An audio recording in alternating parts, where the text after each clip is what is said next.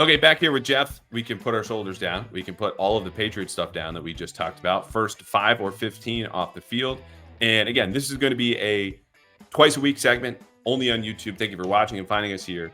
Today with Jeff, someone who has gone from, a decade's spent as a Patriots beat reporter going national. It's a very different lifestyle. It's a lot different job. There are things that you need to know that you never would have even thought of had you just stayed at the Herald the Athletic in that past role.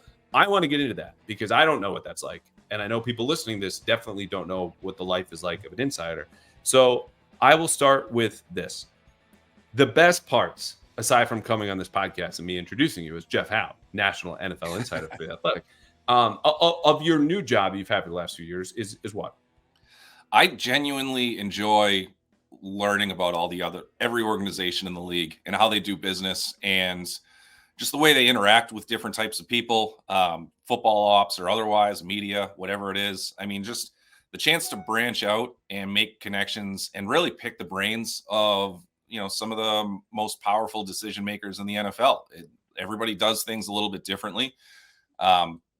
Developing and sustaining relationships with a lot of, prominent figures around the league and just learning about why they do certain things. And we've talked about this on the podcast before. Like we were so conditioned to learning how, Belichick's way. And for such a long time, it was the right way. And you kind of looked at coaches who did it different ways or might have come across as a little more quirky and, maybe their winning formula wasn't sustainable or they had some dips, whereas Belichick didn't until the last few years.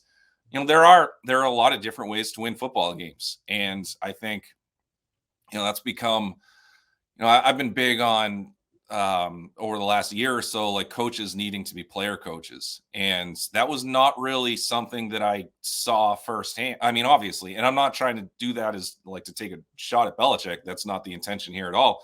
It's just from like learning the way that these head coaches or coordinators are interacting with their players, kind of seeing it maybe from the lens of their peers with other organizations or people that they used to work with, or from the front office and kind of gaining their appreciation or hearing examples or what have you.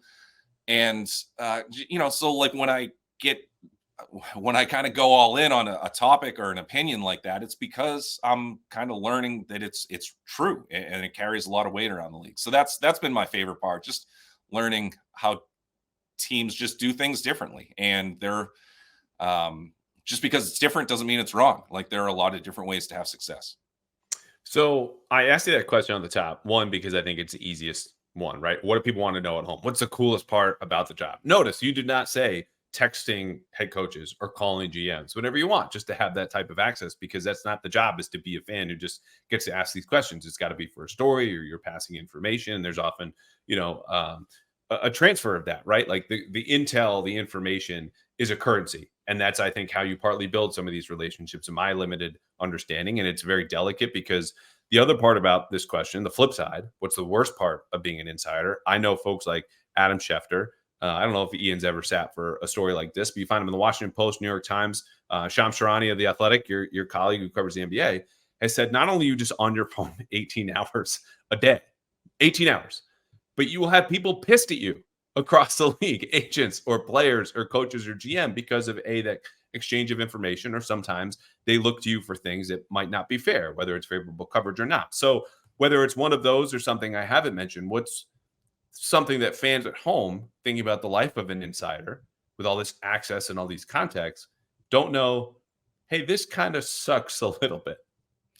I honestly, like, just when you get your ass kicked on a story, and it's not about like, were you wrong or whatever. It's just making sure that you have the sourcing on something. And like, you're not going to have every story. Like my network sorry, because I don't understand. Does this mean the timing of it, like the timestamp on Twitter from so-and-so tweeting the same thing, beat you by a couple of minutes, or someone went way deeper with their dive into a big story? What do you mean getting your ass kicked?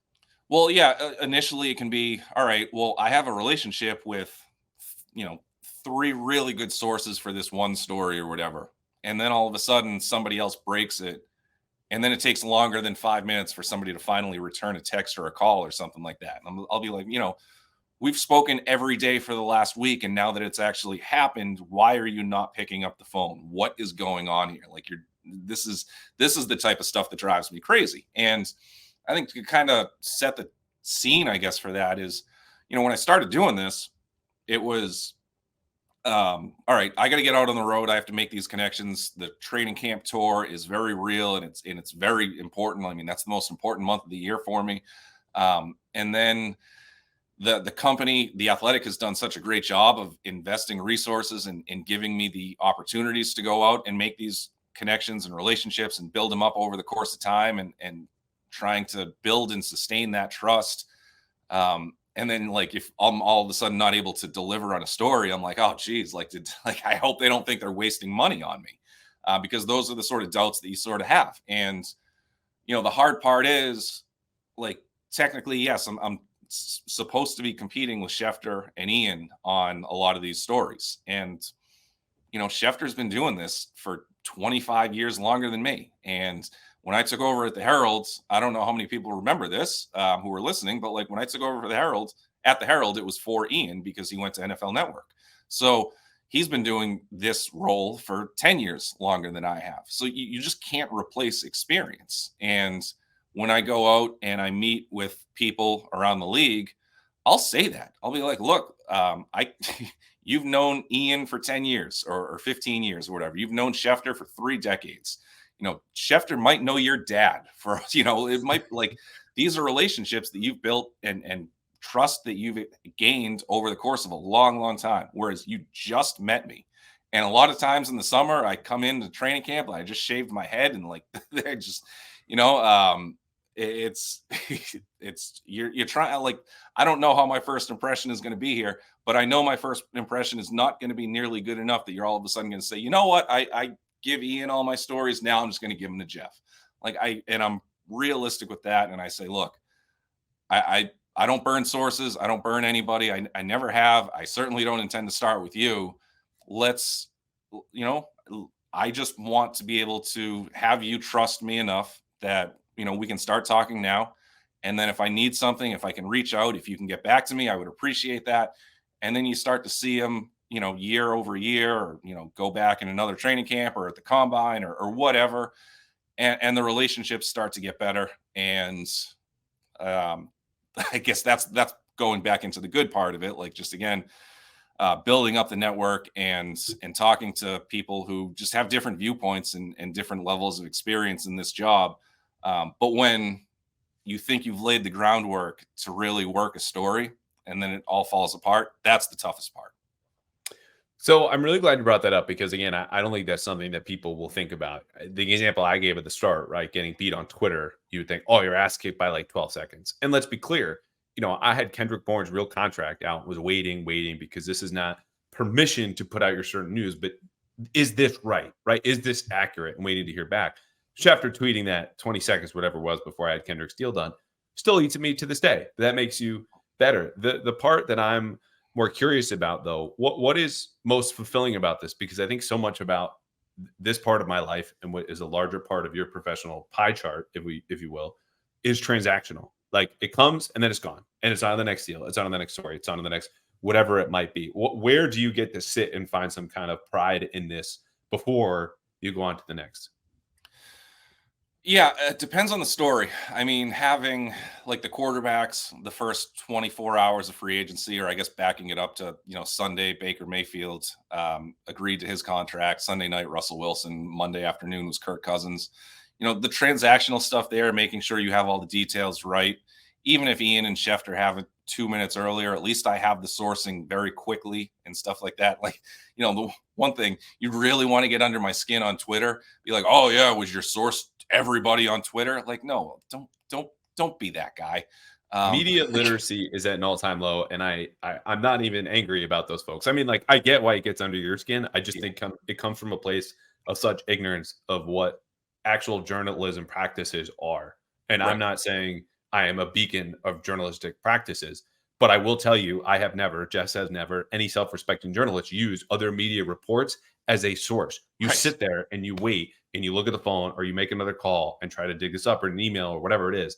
then you move forward. That's what a source is. It's not anything secondary. It's always, always, always primary person close to the situation or contract or whatever it is. Yeah. I mean, there are times when, this is inside baseball. I don't know how much people really care about this, but like the first week of free agency, so it's all fresh. I mean, Ian and Schefter could say, whatever. Andrew Callahan agreed to a 3-year, $36 million contract. And I could go to my people and they'll be like, look, I can tell you it's 3 years, but I can't give you the money. I just don't have it. And I'll have to say, Andrew Callahan agreed to a 3-year contract, something like that. Like I'll have to leave the money out, even though everybody else on Twitter has the money, certain random stuff like that. But you mentioned like what's gratifying, like having that first Monday of free agency, knowing how big the quarterback swing was going to be. It was going to be Mayfield. It was going to be Cousins. And then nobody really knew how quickly Russell Wilson was going to sign. But when he signed that Sunday night, it was like, okay, this is Baker's done, Russ is done. And then Kirk Cousins is going to sign, or he's going to agree pretty quickly, whether it's going to be Minnesota or Atlanta. So I go to all my people in all these situations. I say, I want to know how these 3 deals got done and what they might mean for the rest of the quarterback market. I told my editor that's a story I'm working on. He's all about it. Sitting there firing off a million different transactions. I have a responsibility to do trade grades for some of the bigger trades around the league. So I'm writing all these things, and I'm still trying to get this quarterback story done. And I turned that around by the end of Monday night. I think we posted it Tuesday morning. But the fact was, like, we got the inside story as to how all 3 of these deals came together in one story within less than 24 hours of all of them being complete. So that was really cool. And then the Calvin Ridley day, that was essentially day 3 of free agency. It was Wednesday with the negotiating period starting Monday. So a lot of the big names were pretty much done. Like you're at this wave where if you're a big name, you're probably scheduling visits. So the signings aren't really going to happen on Wednesday. Obviously there were some, but I was like, okay, I'm working this Calvin Ridley story and I'm going to find out what's going on with this. And I am going to be on top of it as much as humanly possible. And I got, I was told a half hour before Ridley agreed that the Patriots and the Jaguars were still the favorites. And this was from an extremely reliable source. And I tweeted that. I put that out there. But I also made sure of the fact that every time I kind of tweeted or reported some sort of update with Ridley, I did have people saying, look, they're like, I'm not going to sell you on the mystery team, but other teams are involved. So when I saw other people reporting that it's just down to the Patriots and Jaguars, and I was like, I don't think I'm crazy here. Like I'm being told there are other teams involved. And even if they are not the favorites, there are other teams involved. So I got some satisfaction, and I wasn't able to name the Titans. So that stings a little bit. But I got some satisfaction in knowing that all of the information that I was given up until that time was accurate. So, and then being able to write why and how the Ridley thing played out the way it did with all of the, even going back to the trade terms with Atlanta and Jacksonville, and then, why were the Patriots and the Jaguars the favorites, and then until Tennessee came in. So just being able to, like, even though, no, I didn't break the Ridley signing to Tennessee, but I had it sourced almost immediately. And then I was able to put together about 1,000 or 1,200 word story as to how it all came together within a few hours. Like those are the things that really make it all worth it, just in terms of like the work that you're able to, the tangible work that everybody else, the readers, are able to see. It's funny too, because you mentioned, the investment that the Athletic makes. Hey, you can go on this 3-week training camp tour. And I don't want to ask you too much about that, even though I think it's a fascinating exercise. I think people at home would love to know, hey, what's it like just going to hang out at NFL training camps and like getting a beer here and meeting a coach, 5:30 in the morning there and trying to develop these contacts. You and I have already talked about that. But the idea of whether it's the company investment or your own personal time, money, and energy paying off in the end, like this is all, you have a series of long games going on concurrently all the time, right? Like that's the job, is building the relationships, the connections. And so I want to end with this, and this is definitely going to be a 15 off the field segment, not a 5-minute, because we blew through that. Which, hey, knowing us, that was always going to happen. Right. But I want to ask you this. We come up in the business, and typically if you cover high school or some lower level sports, you've got stories about, oh, I was at a McDonald's at 10:58 and I filed this game story at 11 p.m. because they had Wi-Fi, or I parked outside of Dunkin' Donuts where I could pick up the Wi-Fi. I'm sitting in my car, whatever it might be. Crazy lengths you do to make then print deadlines, which I still have, or some extreme effort to separate yourself, which obviously portends well for the work ethic you'll have when you make it big. My example in the modern day is getting a call after doing TV at NBC from someone within the Patriots organization, mid-season kind of venting. And instead of going back up to my house after parking, sitting on the side of the road and chatting with this person for an hour just to let them get it out and talk about what's right, what's, set me straight is always my point to them. Like, I want to have my facts straight. I have to spread them everywhere. And I was sitting so long, apparently, in my car, which I don't live that far from a police station. A cop came up and knocked on my window as I was sitting parked on the street. He goes, sir, can I see your license? And what is your business here, sitting here on the street? Thinking I was like drinking on a Tuesday or Wednesday or something. I was just sitting outside to not wake up my wife when I got home and speak at home inside my apartment to do that. But I know there are lengths, whether you're staying up late or talking in a weird place or getting Wi-Fi somewhere, that's got to be strange for you. So of all the places that you've been, all of the stories that you've written, all of the sources and sourcing that you've pursued, what's an example of an extreme length you went to get that information, to develop that relationship, to do something out of the ordinary to make sure you were better at your job than you were before? I've probably told you this story off air. I don't want to give away like some of my better secrets on air, but I found very creative places to sit and set up shop when free agents might be hanging around or going to visit somewhere, and um, maybe I found a creative way to get them on the phone because I'm able to find out where the phone might be ringing. So there are, there are certainly different ways to try to set yourself apart. I mean, I just, it's this might not be a great answer to the question, but like when I started covering the Patriots in '09 for Nesson.com, and like Nesson.com transitioned from like I use this joke all the time, but it's there's a lot of truth to it. Like Nesson.com before I got hired there was basically like, hey, the Red Sox are on at 7:05. Please watch our television channel. And then, it started turning into, there was that '09 website boom with weei.com, and then csnne.com, which is now NBC Sports Boston. They all started investing, and I'm sitting there and I'm like, well, this is my first time covering the Patriots. I'd basically been a freelancer for 3 years out of college while living at home with my parents. I was still scooping ice cream at the place where I worked in high school. I mean, working like crazy like hours. When I was freelancing, I would cover maybe a Patriots press conference in the morning, and then I would go and cover like a high school football game in the afternoon. And then I'd go and I'd help lay out the section at the Metro West Daily News or at the Boston Metro, or maybe I'd go cover a college hockey game for Inside College Hockey. I mean, it was just like random, or I'd pick up a shift scooping ice cream.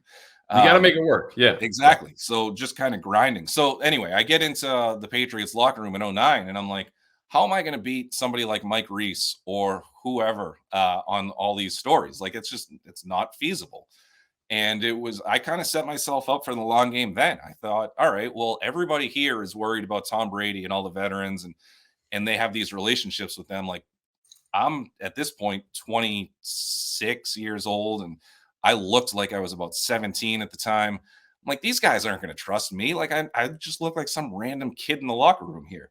Like, so I'm going to basically just start talking to people who are my age, players or sources or whoever, and we'll see where that goes. And it was like, I remember, maybe this is again a lousy example, but I remember also in '09 when they were fighting to get into the playoffs. I think they'd win their last 4 games essentially to get in. And I was thinking to myself, you know what? I work for a website. We're not going to run out of room. I can just write playoff scenarios and tiebreakers better than anybody else. Like the really good beat reporters are not concerning themselves with playoff tiebreakers. They have bigger things to worry about. So I'm going to be the best playoff tiebreaker resource on the internet. And it was like, I'm going to write this thing as thoroughly as possible after every Sunday's worth of games. And this is where you can come find my stuff. And maybe 36 people cared, but I knew that if I put in the work, I would set myself apart in whatever way that I could. And then it was, eventually in 2010, I started breaking stories, and I think people started to come to me a little more, and one thing sort of led to another. Yeah. That's good stuff, man. I've taken up way too much of your time. A brand new segment and a whole hour-long podcast. If you've not listened to the podcast, obviously, please do. And subscribe to the channel. Jeff, you have also got a major fundraiser, which you do tremendous work on. If you want to spend a couple more minutes on that. Yeah, thanks. April 28th, it's the Sunday immediately after the NFL draft at Wamisit Lanes in Tewksbury. We had our first fundraiser there last year. This is our third annual. The first one was at Long Meadow Golf Course up in Lowell. But now we're at Wamisit. My friend Donnie McLaren owns the place, and Janelle Wagstaff his manager has done, those two have done an outstanding job of putting this thing together for the last 2 years. And then our team, they're on our golf team for the Golf Fights Cancer Golf Marathon. We've also got Emerson Lotzia back, Randy Scott, Tom Curran is back on the team. We've joined forces with 1017 The Bull. It's wild to me how much this thing has sort of grown. But the fundraiser is April 28th. It's an absolute blast. We had such a fun time last year. It's from 10 to 2, so it's an early, get in, get out type of deal. We're going to have, so it's at Wamisit. If you're unfamiliar with that, bowling, golf bays, arcade, full bar and food, lots of stuff to do. We have raffles and auctions getting lined up. I'm not ready to advertise the auction and raffle items publicly yet. I have told you about some of the stuff. It's unbelievable. It's a crazy list of items. And where's all the money going to? It's all for One Mission. So One Mission is an organization locally here. Thanks for bringing that up, because I definitely forgot the most important part. We're raising money for One Mission, and they help kids and families who are fighting cancer. And their big thing is, helping just try to find, put some shine in their day. One example that I heard at the One Mission Buzz Off at Gillette a couple years ago, what the Ashley at One Mission was telling a story about how, like, she ran into a mom who went up to her and was like, she just paid for a $10 parking pass or a parking garage ticket while her child was getting treatment. And she was like, this was like the greatest thing ever. Like, thank you so much. And, to an outsider, that's a $10 parking pass. But to that mom, she was thinking, you know what? My child is going through cancer. This is the roughest moment of our lives. It feels like the world is closing in on us.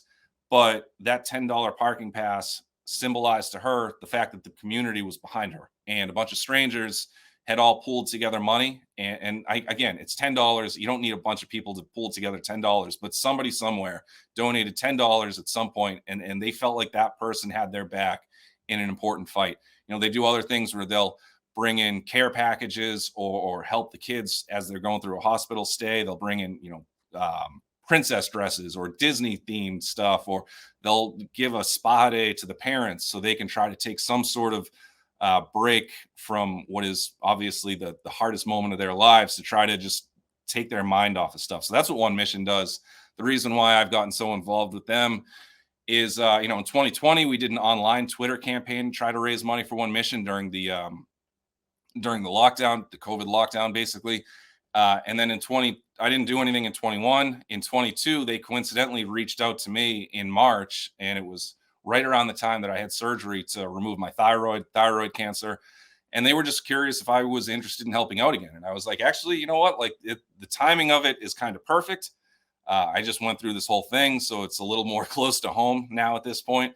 And they were like, oh my goodness, like, do you need anything? And it wasn't like, they weren't trying to send me a care package, but I was like, you know what?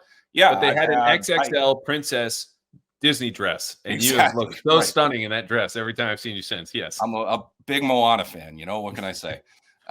So I was going through what I eventually realized was survivor's guilt. And it was just like a mental battle on the heels of going through, the surgery and getting rid of the thyroid cancer and all that other stuff. And they put me on the phone with a couple of people who were able to really help talk me through this. And that was, it was huge. And it was a big part of my journey. So since then, and getting to know what One Mission does, we've put this team together that continues to grow by the year, and it's why we keep coming back. And through the support of Golf Fights Cancer, we have all pulled together over, thanks to matching donations, thanks to the donations that we have amassed on Twitter and at this fundraiser, and then through matching donations from Golf Fights Cancer, we have raised $200,000 in the last 2 years, and we're just going to keep going. My man, it is an outstanding fundraiser. Folks who have listened to this podcast know how I've tried to support, dear friend of ours, Doug, and his late daughter Hallie's fight with cancer. This helps make the lives of people like Doug and Hallie and her mother and sister easier during the worst times of their lives. Like there's not a better place money really could go to aside from the actual cure. So whether you're donating to Boston Children's to get on this podcast or donating to One Mission, you are putting your money in the best possible place. And we thank you for that. If you want further details or anything written out, visit Jeff's Twitter. Everything you can find right there. I would encourage you to go. My problem will be I am too exhausted to go anywhere Sunday after the draft, which is just a sit-at-home marathon. It's going to be a great weekend, and I appreciate you sharing all that and doing all the great work. $200,000. That is not a small number. It's not a medium number. It's not a large number. That is an outstandingly massive and magnificent number. So thank you as always. You're the best, man. Thank you. And actually, one request for anybody listening. I'm trying to get 4 Red Sox tickets for a game this year as part of the raffle, as part of a package that I think would be really, really cool to put together. I'm short on the tickets. I'm trying to get creative into trying to find 4 tickets to any game after April 28th. If somebody knows somebody, a season ticket holder who's looking to offload a 4-pack at some point, please hit me up on Twitter or email me or whatever. All my stuff is pretty easy to find. So that would be a huge help. But thank you for giving me the chance to mention this stuff. It's been surreal to see this grow over the last, I guess, now 3 years. You got it. Anytime. And that has been 5 off the field. Supposed to be 15. Now 25 off the field. Jeff Howe, National NFL Insider for The Athletic.